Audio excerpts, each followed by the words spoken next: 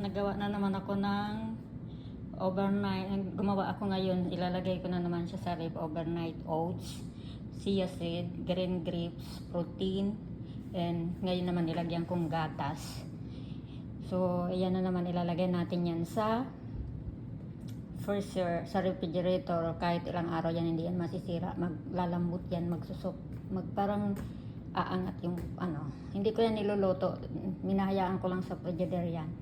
Ang pounds ko ngayon is 98 pounds na lang ako. 98 pounds. Ang target ko 95 pounds. Mga 44 kilos na lang siguro ako ngayon.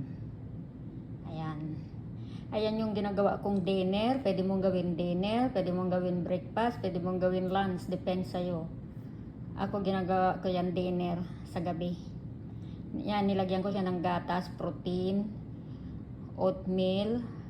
Yung isang oatmeal, 2 ganyan na kasi marami.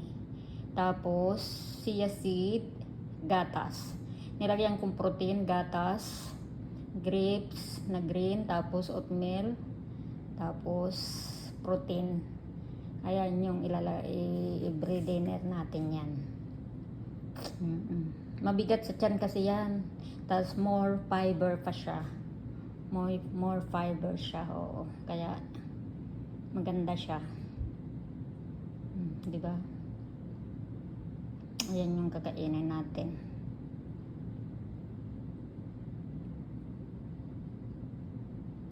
Sarap siya.